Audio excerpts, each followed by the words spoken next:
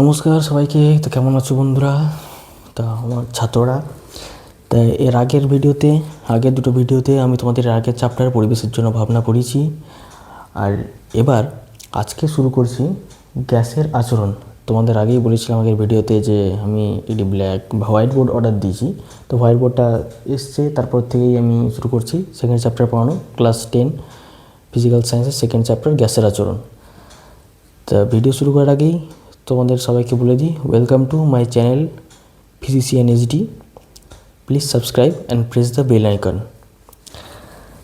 তো এবার চ্যাপ্টার নাম কি? গ্যাসের আচরণ। সবার আগে আমরা কি জানবো? গ্যাস কী জিনিস, গ্যাস জিনিসটা কি? আমরা সবাই শুনেছি পদার্থের তিনটে অবস্থা, কঠিন, তরল আর গ্যাসীয়। তো কঠিনের ক্ষেত্রে কি হয়? কঠিনের ক্ষেত্রে পদার্থের অণুগুলি খুবই কাছাকাছি থাকে, খুবই কাছাকাছি থাকে, রাখলাম না কঠিনের ক্ষেত্রে। আর তরলের ক্ষেত্রে কি হয়? তরলের ক্ষেত্রে অণুগুলি একটু দূরে দূরে থাকে, সামান্য দূরে দূরে। কঠিনে যেমনি অনেক কাছাকাছি থাকে, তরলের ক্ষেত্রে সামান্য দূরে দূরে থাকে। আর গ্যাসের ক্ষেত্রে কি হয়? গ্যাসের ক্ষেত্রে অণুগুলি অনেকটা দূরে দূরে থাকে। আর আমরা জানি সব অণুগুলোর মধ্যে কিছু না কিছু আকর্ষণ বা বিকর্ষণ বল কাজ করে। আর গ্যাসের ক্ষেত্রে কি হয়? অণুগুলো দূরে দূরে থাকে বলে এই অণুগুলোর মধ্যে পারস্পরিক আকর্ষণ আর বিকর্ষণ বল কম হয়। এর ফলে কি হয়? গ্যাসের অণুগুলি অনায়াসে চারিদিকে ঘুরতে পারে। তো কি? গ্যাসের অণুগুলি সর্বদা গতিশীল থাকে। তাই গ্যাসের এই ধর্মকে কি বলে? গ্যাসের প্রসারণশীলতা। কি বলে? প্রসারণশীলতা।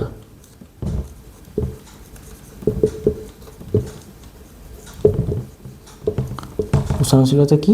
গ্যাসের অণুগুলি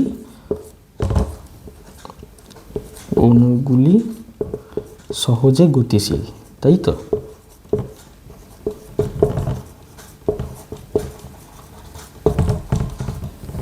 এটাকে কি বলে? গ্যাসের প্রসারণশীলতা। তাহলে এবার যে টপিকটা আছে সেটা হচ্ছে তোমাদের গ্যাসের চাপ। গ্যাসের চাপ জানার আগেই আমরা জানবো চাপ কাকে বলে। তা চাপ কাকে বলে? অতিরিক্ত সিলেবাস বেশি হওয়ার কারণে ক্যান্ডিডেটের পরীক্ষার্থীর মাথায় যে বোঝটা যাবে সেটাকে চাপ বলে, তাই তো? না, তো ফিজিক্সের ক্ষেত্রে এটা আলাদা। ফিজিক্সের ক্ষেত্রে চাপ জিনিসটা কি? কোনো একটা নির্দিষ্ট ক্ষেত্রফল, কোনো একটা নির্দিষ্ট এরিয়া, তার উপর যে বল প্রয়োগ হয়। ধরো এই যে এরিয়া, এই এরিয়ার ওপর আমি বল প্রয়োগ করছি, সেটা কি? এই এরিয়ার চাপ। তাহলে কি? এই যে নির্দিষ্ট যে কোনো এরিয়া, তার উপর যে চাপ, যে বল প্রযুক্ত হয়, তাকে কি বলে? চাপ। তো চাপের একক, চাপের যে এসআই একক, চাপের এসআই একক কি? Newton per metre square. আর সিজিএস একক কি? Dyne per centimetre square. মনে রাখার জন্য বলে দিচ্ছি, বলের একক কি? এসআই পদ্ধতিতে বলের একক নিউটন, আর ক্ষেত্রফলের একক মিটার স্কোয়ার। যেহেতু দৈর্ঘ্যের একক মিটার, তাই ক্ষেত্রফলের একক মিটার স্কোয়ার। তাই চাপ কাকে বলে? একক ক্ষেত্রফলের উপর প্রযুক্ত বল, তাকে বলে চাপ। তো সেখান থেকে বল বাই ক্ষেত্রফল, সেখান থেকে এসছে বলের একক কি? নিউটন, ক্ষেত্রফলের একক কি? Metre square. সেখান থেকে নিউটন পার মিটার স্কোয়ার। ঠিক একইভাবে সিজিএস পদ্ধতিতে বলের একক কি? ডাইন, আর ক্ষেত্রফলের একক কি? Centimetre square. একইভাবে সিজিএস পদ্ধতিতে ডাইন পার সেন্টিমিটার স্কোয়ার। ঠিক আছে? এবার চাপ তো বুঝলে, এবার বুঝো অ্যাটমসফিয়ারিক প্রেসার বা অ্যাটমসফিয়ারিক প্রেসার কাকে বলে।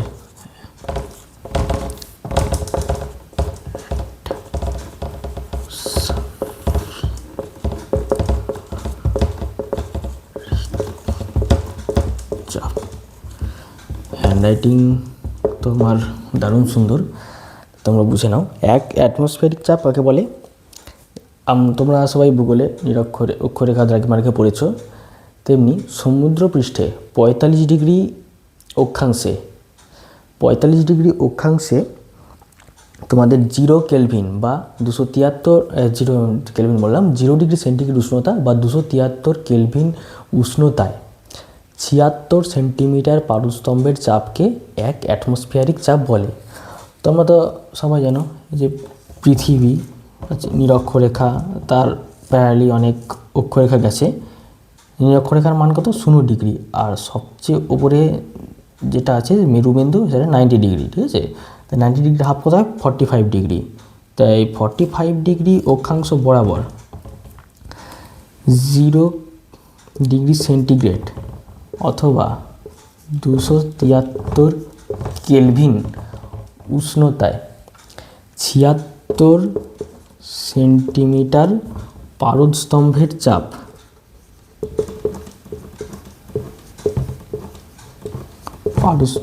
যে চাপ তাকেই কি বলে? এক অ্যাটমসফিয়ারিক চাপ।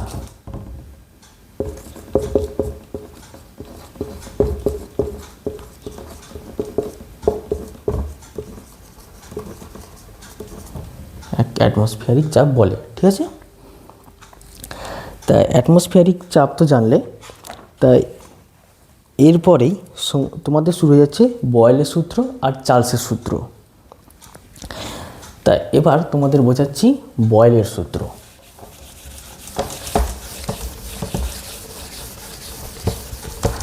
বয়েলের সূত্র এটা সবাই নোট করবে।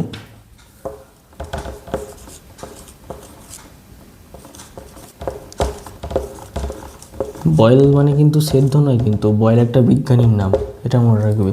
সেদ্ধ করার সূত্র নয়, ডিম সেদ্ধ করার সূত্র নয়। বয়েলের সূত্র থেকে বলছে স্থির উষ্ণতায়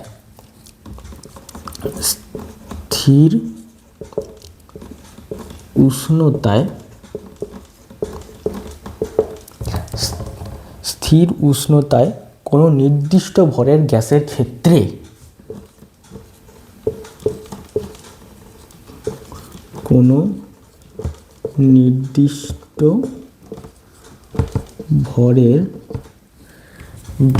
ক্ষেত্রে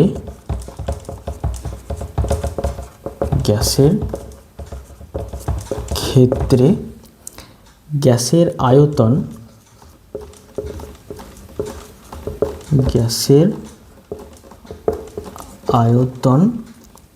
গ্যাসের উপর প্রযুক্ত চাপের সাথে ব্যস্তানুপাতে পরিবর্তিত হয়। গ্যাসের উপর প্রযুক্ত চাপের সাথে ব্যস্তানুপাতে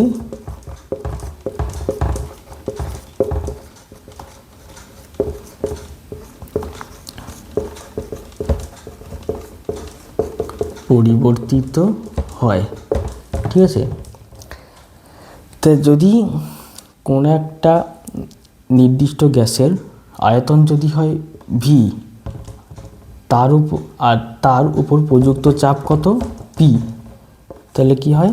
প্রযুক্ত চাপ তার সাথে ব্যস্তানুপাতের সম্পর্ক আয়তনের, তো পি প্রপোর্শনাল টু 1/v, ঠিক আছে? এবারে সূত্রটাকে তোমাদের ভালো করে বুঝিয়ে দিই কী করে হচ্ছে।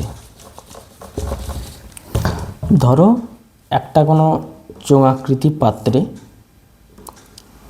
গ্যাস ভরা আছে এবং তার উপর একটি পিস্টন দেওয়া আছে। পিস্টনের ওপর দিয়ে এখানে হ্যান্ডেল আছে, এর সাহায্যে আমরা এটাকে ধরে আরও চাপ প্রয়োগ করতে পারি। ভিতর কী আছে? গ্যাসের অনেক অণু আছে। তাহলে যদি আমি ধরো আরও চাপ বাড়ালাম, চাপ বাড়ানোর ফলে কী হবে? গ্যাসের আয়তন কমবে। আরও চাপ দিলাম, এই পিস্টন এটাকে ধরে আরও আমি চাপ দিলাম, এখান থেকে এতটা ধরুন নামালাম ধরে, তাহলে কি গ্যাসের আয়তন ছোট হয়ে গেল। বুঝতে পারলে? তারপরে এরপরে আমি আরও চাপ দিলাম,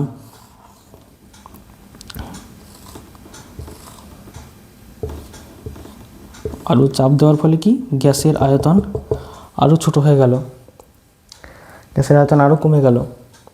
তাহলে এইটাই আমাদের বয়েল বাবু ব্যাখ্যা করেছেন। তা গ্যাসের উপর প্রযুক্ত চাপ গ্যাসের আয়তনের সাথে ব্যস্তানুপাতে পরিবর্তিত হয়। তো একইভাবে যদি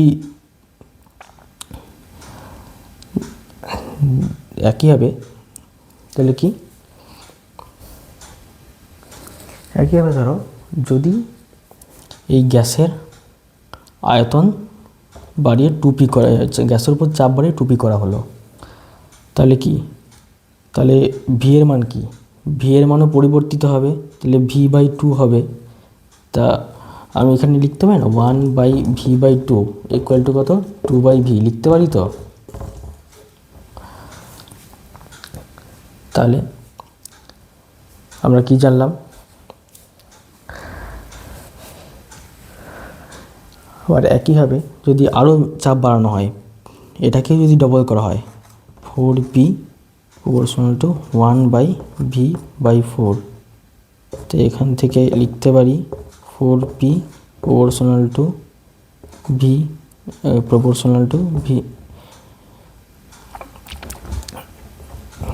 4/v। তাহলে মোট কথা গ্যাসের উপর প্রযুক্ত চাপ যত বাড়াবো আর গ্যাসের আয়তন তত কমবে। ঠিক আছে, এটাই হচ্ছে মেন কনসেপ্ট। এবার বয়েলের সূত্রটা সবাই নোট করে নাও। তা বয়েলের সূত্রের গাণিতিক রূপটা এবার আমরা জানব।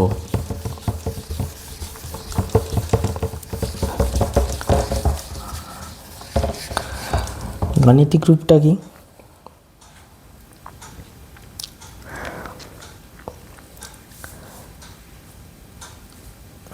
ধরো মেন সূত্রটা কি, পি প্রপোর্শনাল টু 1/v, তাই তো? তা আমরা সবাই অঙ্কে ভেরিয়েশন বা ভেদ চ্যাপ্টারটা পড়েছি। তো যখন প্রপোর্শনাল টু হয়, যখন সমানুপাত হয়, তাহলে সেখান থেকে কী লেখা যায়, পি ইকুয়াল টু কে মানে কনস্ট্যান্ট ইন্টু 1/v, তাই তো? আর সমীকরণ সমাধানের ক্ষেত্রে কি হয়, যেটা ভাগে থাকে সেটা এদিকে গুণে চলে আসে। তো পিভি সমান কত, কে। ঠিক আছে, আর তোমাদের একটু আগে বুঝালাম চাপ যত বাড়াবো, ধরো চাপ আর বাড়ালাম, এটা ধরো প্রথম ক্ষেত্রে কী ছিল, P1 চাপ ছিল আর গ্যাসের আয়তন V1 ছিল। দ্বিতীয় ক্ষেত্রে গ্যাসের চাপ পরিবর্তন করে P2 করা হলো, আর তাহলে আয়তন কত হলো, V2।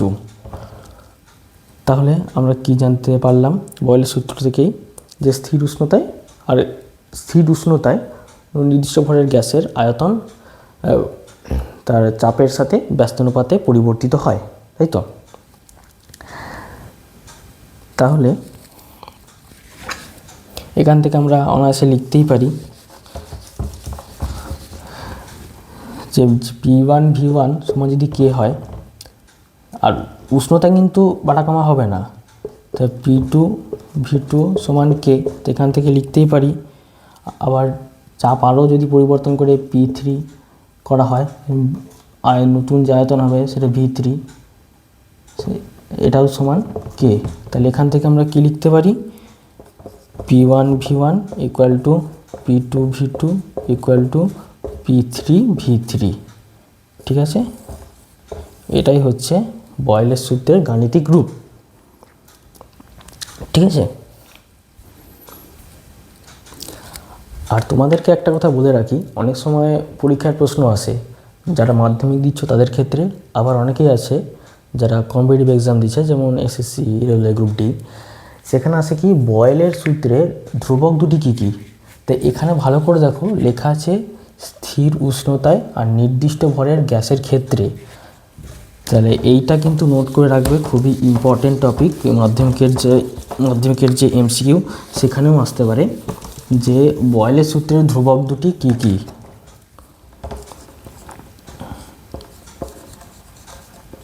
ধ্রুবক দুটি কি কি? উষ্ণতা মানে টেম্পারেচার,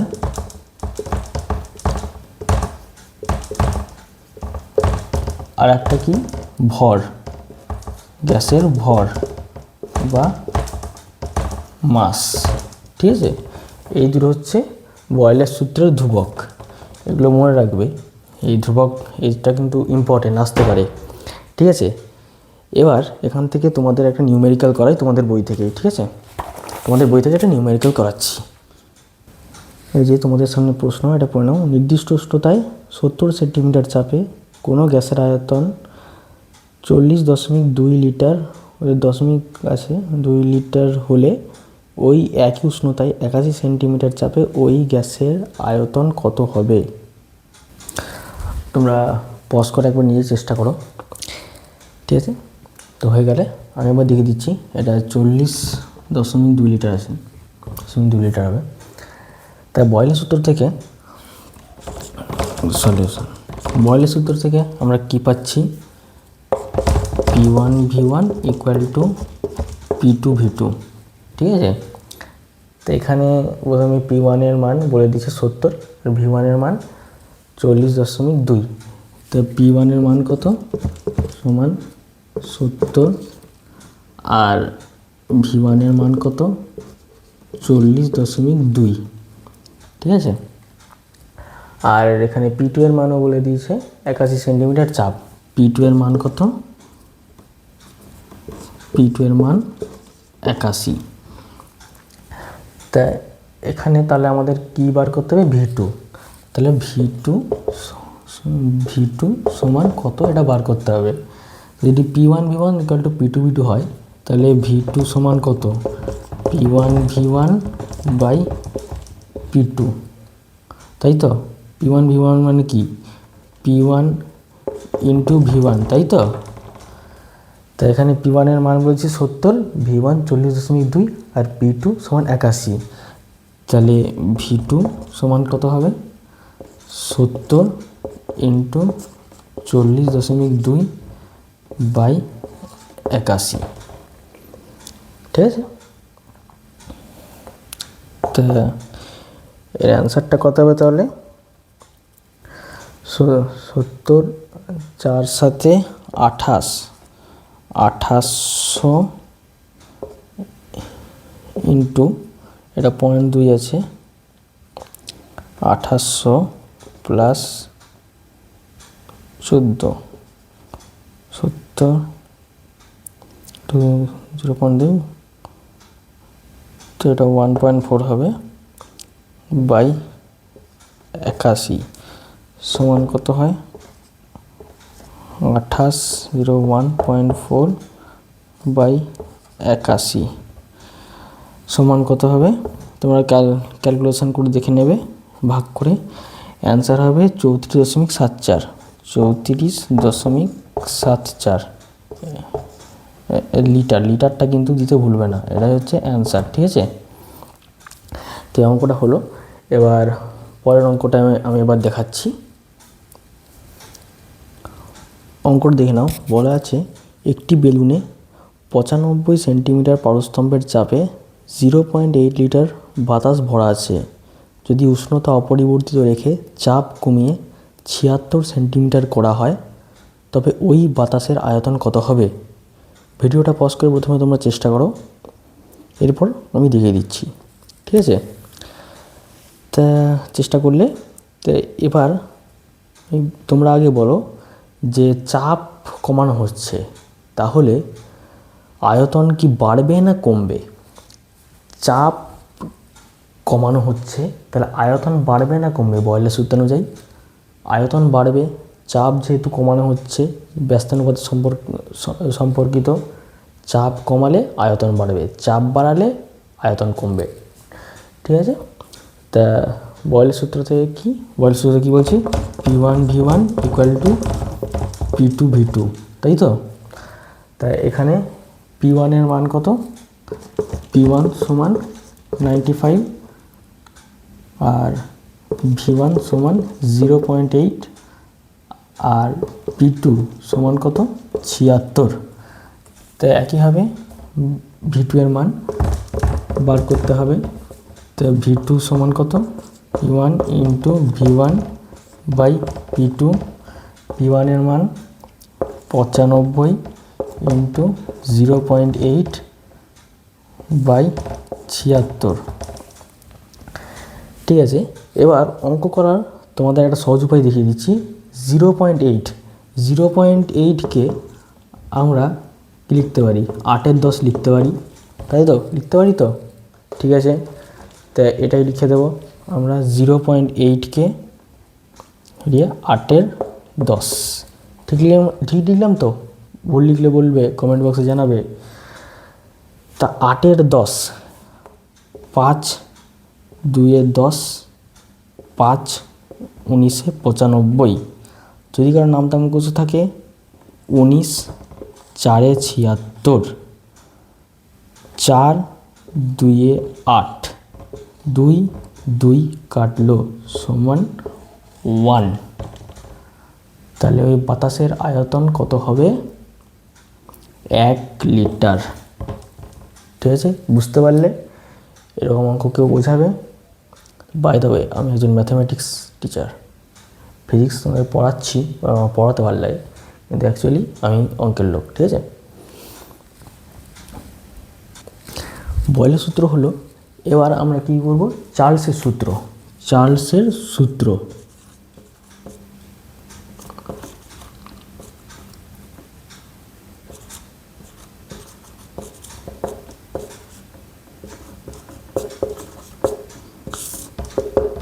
চার্লসের সূত্র কি বলেছে? বয়েলের সূত্রতে ধ্রুবক দুটো কী ছিল? বয়েলের সূত্রে ধ্রুবক দুটো ছিল উষ্ণতা আর ভর, তাই তো। তা এখানে বয়েলের সূত্রে যেটা পরিবর্তন করা হচ্ছিল চাপ, সেইটাকে এখানে ধ্রুবক ধরা হবে। তারপর তো কী হবে, স্থির চাপে দিয়ে শুরু হবে, স্থির চাপে। আর এখানে এই গ্যাসের ভরও কিন্তু অপরিবর্তিত থাকবে। ঠিক আছে, কোনো নির্দিষ্ট ভরের গ্যাসে কোনো নির্দিষ্ট ভরের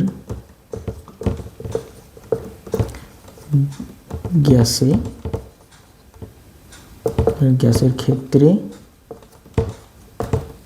এখানে উষ্ণতা পরিবর্তিত হবে। ঠিক আছে, 1 ডিগ্রি সেন্টিগ্রেড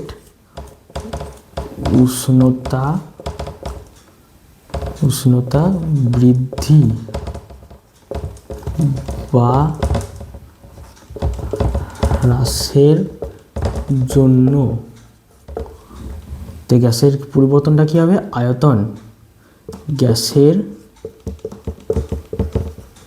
আয়তনের 1/273 অংশ বৃদ্ধি বা হ্রাস পায়, তাই তো। স্থির চাপে, তোমরা নোট করে নাও, স্থির চাপে কোনো নির্দিষ্ট পরে গ্যাসের ক্ষেত্রে 1 ডিগ্রি সেন্টিগ্রেড উষ্ণতা বৃদ্ধি বা হ্রাসের জন্য গ্যাসের আয়তন 1/273 অংশ বৃদ্ধি বা হ্রাস পায়। ঠিক আছে, এবার ধরে নাও কোনো নির্দিষ্ট চাপে গ্যাসের আয়তন যদি ভি হয়, তা এই ভি আয়তনের গ্যাসকে 1 ডিগ্রি সেন্টিগ্রেড উষ্ণতা বাড়ানো হলো, তাপ দিয়ে 1 ডিগ্রি সেন্টিগ্রেড উষ্ণতা বাড়ানো হলো, তাহলে কতটা উষ্ণতা বাড়বে, ভি ইন্টু 1/273 সমান ভি বাই 273, তাই তো। এতটা কিন্তু বাড়বে। তো নতুন আয়তন কত হবে, ভি ছিল, নতুন আয়তন কত হবে, যারা অনেকেই বলবে ভি বাই 273, কিন্তু না, এতটা অংশ বাড়বে। তো নতুন আয়তন কত হবে, নতুন আয়তন ভি প্লাস ভি বাই 273।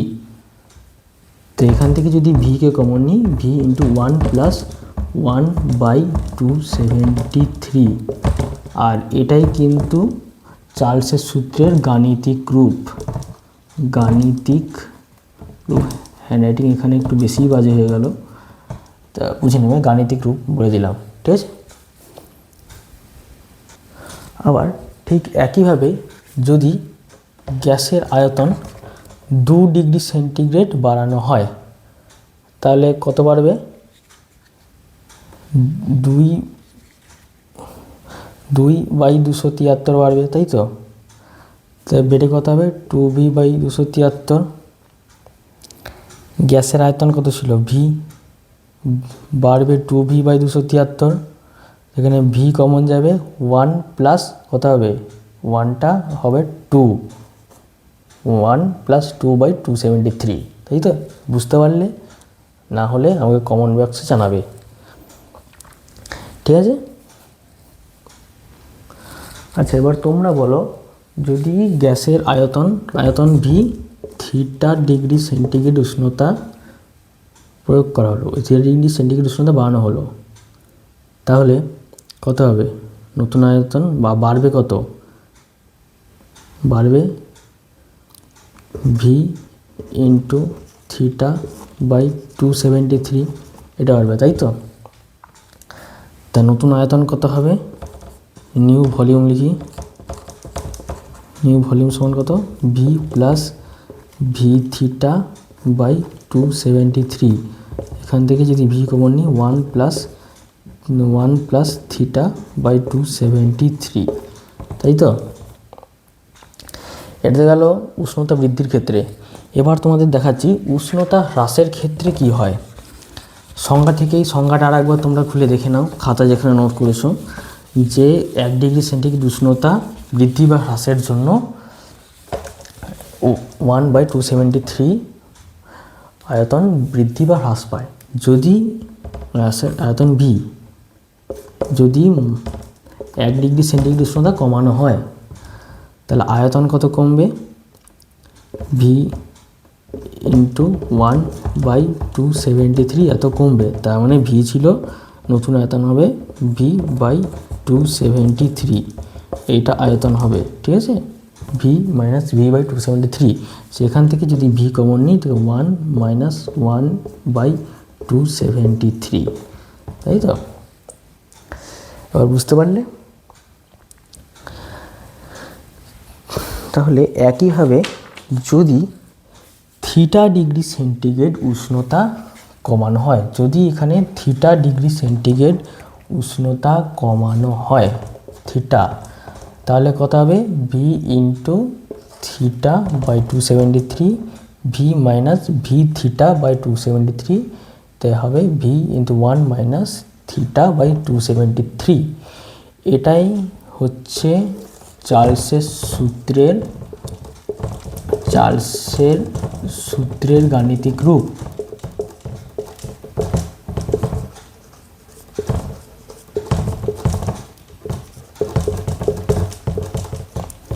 বুঝতে পারলে? ঠিক আছে। এবার তোমাদের একটা নিউমেরিক্যাল করাচ্ছি, তোমাদের বই থেকেই করাচ্ছি। এবার যদি তোমাদের কোশ্চেন ব্যাংকে কিংবা অন্য কোথাও যদি প্রশ্ন পাও, আমাকে কমেন্ট বক্সে লিখো, আমি সেটাও করিয়ে দেবো পরের ভিডিওতে। তো অঙ্কটা তোমাদের পড়ে দিচ্ছি। নির্দিষ্ট চাপে ও 0 ডিগ্রি সেন্টিগ্রেড উষ্ণতায়, ওটা লেখা আছে, নির্দিষ্ট চাপে ও 0 ডিগ্রি সেন্টিগ্রেড উষ্ণতায় নির্দিষ্ট ভরের কোনো গ্যাসের আয়তন 2 লিটার। মানে 0 ডিগ্রি সেন্টিগ্রেড উষ্ণতায় এই গ্যাসের আয়তন 2 লিটার, চাপ স্থির রেখে, মানে চাপের কোনো পরিবর্তন করা হলো না, উষ্ণতা 546 ডিগ্রি করলে সেটির আয়তন কত হবে? তা আগে উষ্ণতা ছিল 0 ডিগ্রি সেন্টিগ্রেড, সেখান থেকে কত করা হলো?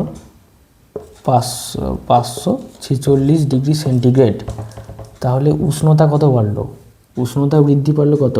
546 মাইনাস 0 সমান 546 ডিগ্রি সেন্টিগ্রেড, এটা উষ্ণতা বাড়লো। তা গ্যাসের আয়তন V1 এখানে দিয়ে দিয়েছে 2 লিটার, V1 সমান 2 লিটার, তাই তো। V1 সমান 2 লিটার, তাই চাপ স্থির রেখে উষ্ণতা এত বাড়ানো হলো, 546 বাড়ানো হলো। তাহলে ফর্মুলা কি জানি আমরা, ভি থিটা মানে ভি 546, এখানে থিটা সমান ডাইরেক্ট লিখে দিলাম 546 ডিগ্রি সেন্টিগ্রেড উষ্ণতায় এর আয়তনটা হবে ভি 546, ঠিক আছে। তাহলে কত হবে, ভি ইন্টু 1 প্লাস 546 বাই 273, তাই তো। থিটা বাই 273, থিটা মানে কত 546, এখানে থিটা মানে 546 করা হলো। তাহলে এখানে বলে দিয়েছি ভি এর মান কত 2 লিটার, তা সমান 2 ইন্টু 1 প্লাস 546 বাই 273। তো ভালো করে খেয়াল করো, এটা কিন্তু এর দ্বিগুণ, তার মানে 273, এটা কেটে যাবে 2, তার মানে কত হবে 2 ইন্টু 1 প্লাস 2 সমান 2 ইন্টু 3 সমান 6। তাহলে 546 ডিগ্রি সেন্টিগ্রেড উষ্ণতায় 546 ডিগ্রি সেন্টিগ্রেড উষ্ণতায় গ্যাসটির আয়তন হবে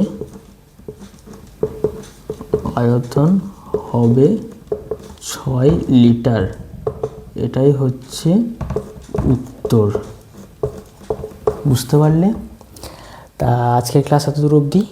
এর পরের দিন আমরা বয়েল আর চার্লসের সূত্রের সম্মিলিত রূপটা জানবো, ঠিক আছে। এবার যতটা পড়ালাম ততটা রিভাইজ করো। তো দেখা হচ্ছে পরের ক্লাসে। জয় গুরু।